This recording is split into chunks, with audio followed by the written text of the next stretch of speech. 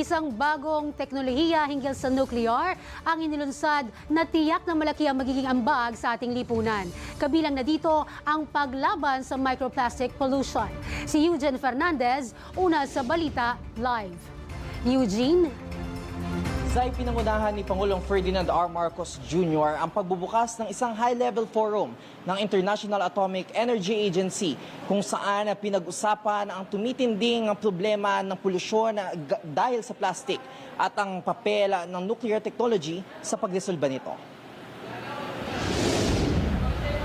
Binigyan din ng Pangulo ang kahalagahan ng mga makabagong teknolohiya tulad ng New Tech Plastics, isang initiative ng IAEA na ginagamit ang advanced nuclear applications para i-recycle ang low-value plastic waste at gawin itong matitibay at maaaring gamitin sa industriya. Ipinagmalaki rin niya ang PREX project ng Philippine Nuclear Research Institute na bumuo ng materials mula sa plastic waste at nagpatayo ng isang PREX prototype bilang patunay ng kakayahan ng teknolohiyang ito. Kasama rin sa mga iniulat ng Pangulo ang pag-unlad ng Marine Microplastics Monitoring Laboratory ng UPMSI na tumutulong sa global data at policy making para labanan ng microplastic pollution.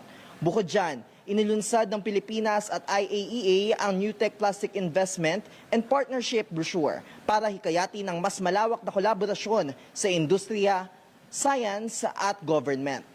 Iginiit ng Pangulo na ang mga hakbang na ito ay tugma sa bagong Philippine Nuclear Law na naglalagay ng mas maayos na regulatory framework sa nuclear safety at peaceful uses of nuclear technology at nagpapakita ng handang kolaborasyon ng Pilipinas sa global science-driven initiatives.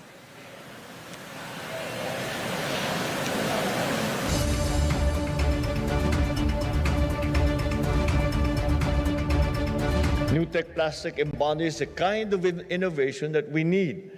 Solutions that merge advanced nuclear applications with environmental protection to translate scientific progress into tangible benefits for industry and for society.